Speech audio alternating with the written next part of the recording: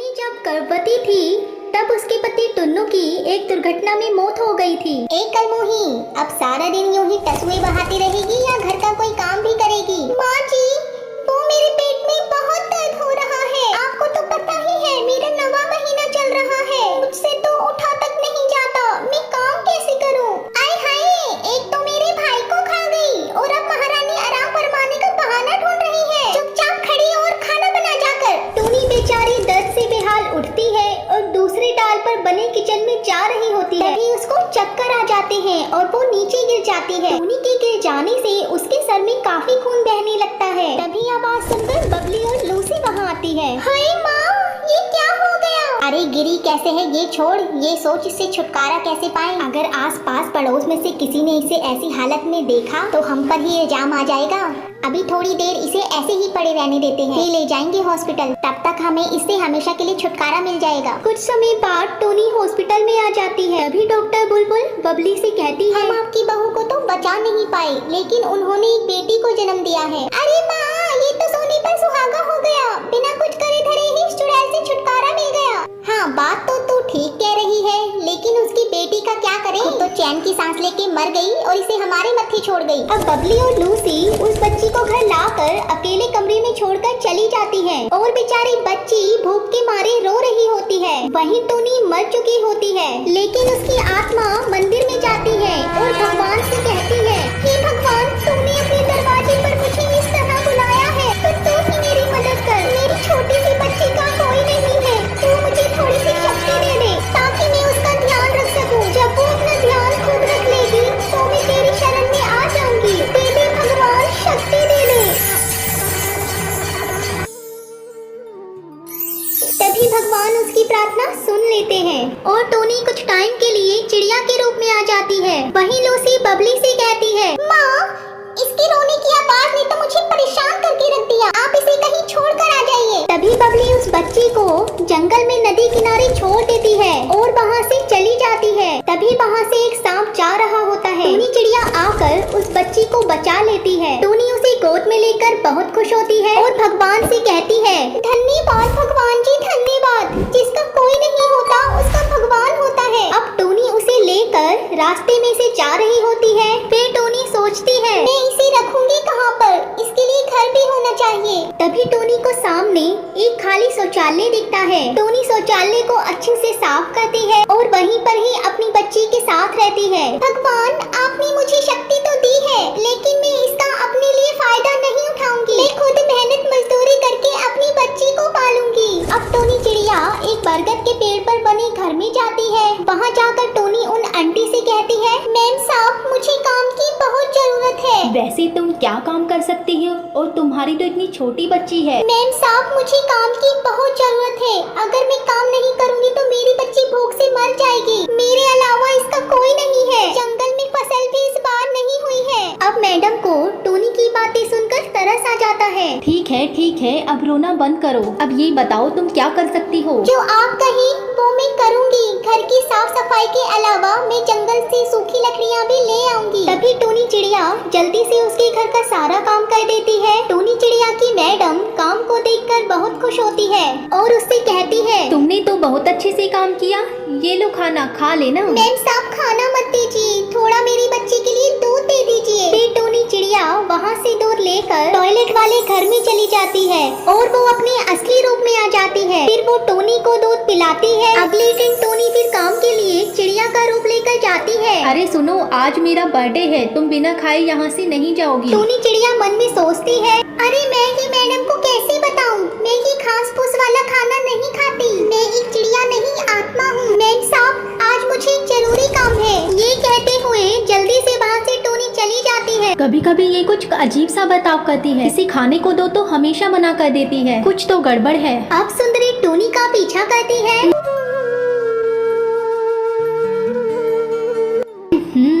ये कौन सी जगह रहती है? यहाँ से तो कितनी गंदी स्मेल आ रही है। तभी सुंदरी टोनी को असली रूप में देख लेती है और उससे कहती है, तुमने मुझसे झूठ कहा था और मुझे इतने दिन से धोखा दे रही थी। तभी टोनी चिड़िया उसे शुरू से लेकर आखिरी तक सारी कहानी बताती है। सुंदरी कहती है। तुम सच्ची हो टूनी, इसलिए भगवान तुम्हारे साथ है। और अब तुम चिंता मत करो, मेरे पास एक और घर है, तुम वहाँ रह सकती हो। और जब टुनटुनी बड़ी हो जाए तो तुम्हारी बात मैं उसका ध्यान रखूंगी, ठीक है? शुक्रिया मेम साहब, बहुत बहुत शुक्रिया। ऐसे ही कुछ साल गुजर जाते हैं। टुनटुनी बड़ी हो गई थी और टूनी उसे छोड़कर स्वर्गवास हो गई थी। तभी सुंदरी कौवी टुनटुनी को सारी बात बताती है और टुनटुनी टूनी का फोटो देखकर कहती है, शुक्रिया माँ, आपका बहुत शुक्रिया।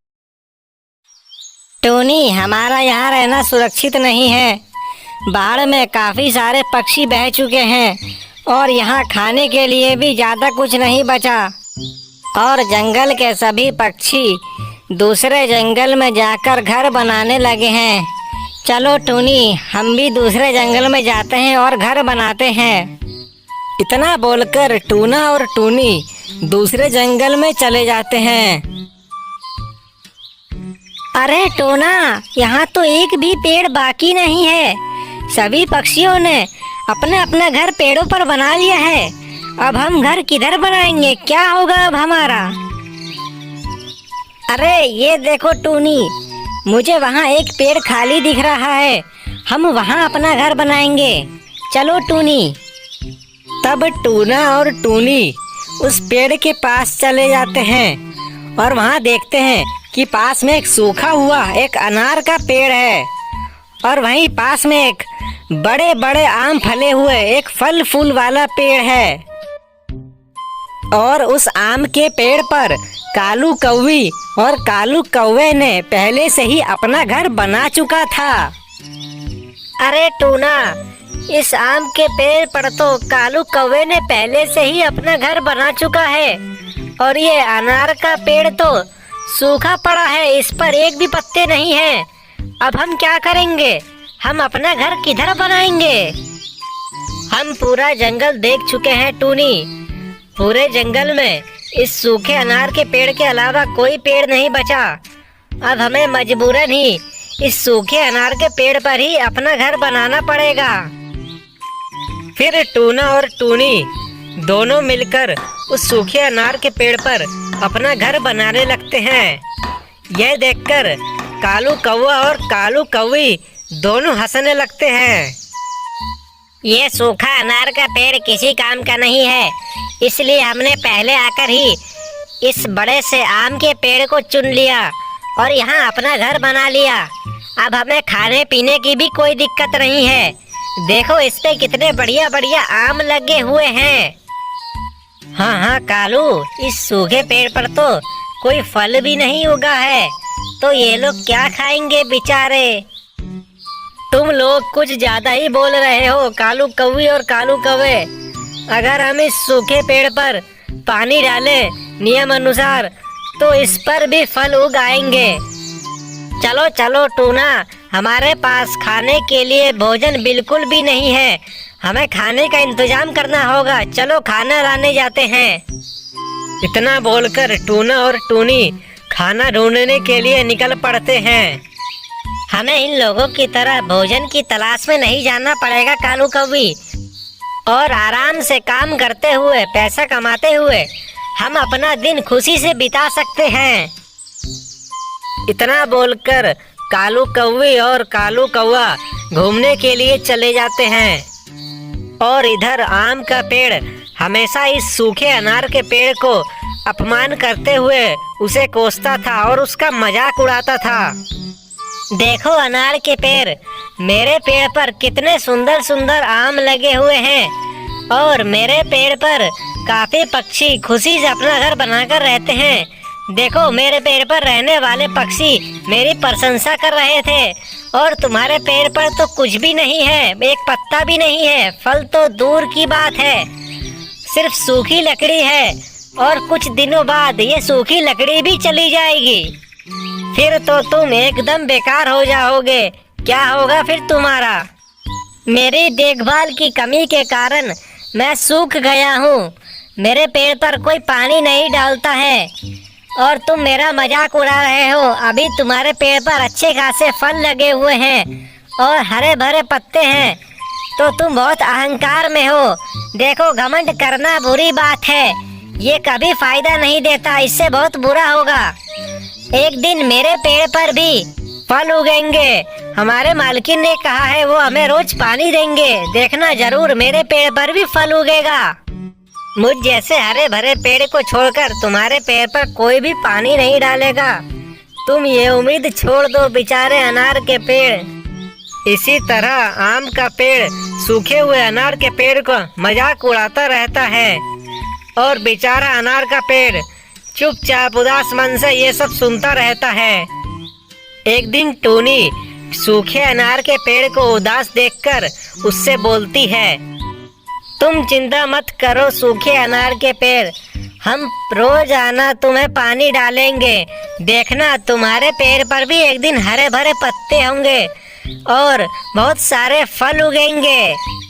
उसके बाद टूना और टूनी रोज आना अनार के पेड़ के नीचे पानी डालते और उसकी देखभाल करते थे। फिर कुछ दिनों बाद धीरे धीरे उस सूखे अनार के पेड़ पर कुछ पत्ते आने लगते हैं। यह देखकर आम का पेड़ भी चौंक जाता है क्योंकि सूखे अनार के पेड़ पर अब पत्ते लगना शुरू हो चुके थे। ये सब देखकर आम का पेड़ एक दिन कालू कौवे को बोलता है, अरे मालिक, ये टूनी सूखे अनार के पेड़ को पानी डाल रही है और वो धीरे धीरे ताजा हो रहा है और तुम मेरे पेड़ पर पानी भी नहीं डालते। इस तरह मैं धीरे धीरे सूखने लगूंगा और मेरे पेड़ पर फल भी नहीं उगेंगे। क्या बोला आम के पेड़, तुम हमारे ऊपर हुक्म चलाओगे? तुम्हारी इतनी हिम्मत हुई? हमने तुम्हारी डाली पर अपना घर बनाया हुआ है, तुम्हारे लिए वही किस्मत की बात है। तुम पानी डालने की बात कर रहे हो, मैं कोई पानी डालने वाला नहीं तुम्हें। कालू कौवे के डांटने पर आम का पेड़ उससे कुछ नहीं बोलता और धीरे धीरे इसी तरह आम का पेड़ पूरा सूख जाता है और इधर टूनी का रोज पानी देते हुए अनार का पेड़ बिल्कुल हरा भरा हो जाता है और उस पे लाल लाल मीठे मीठे अनार लग जाते हैं।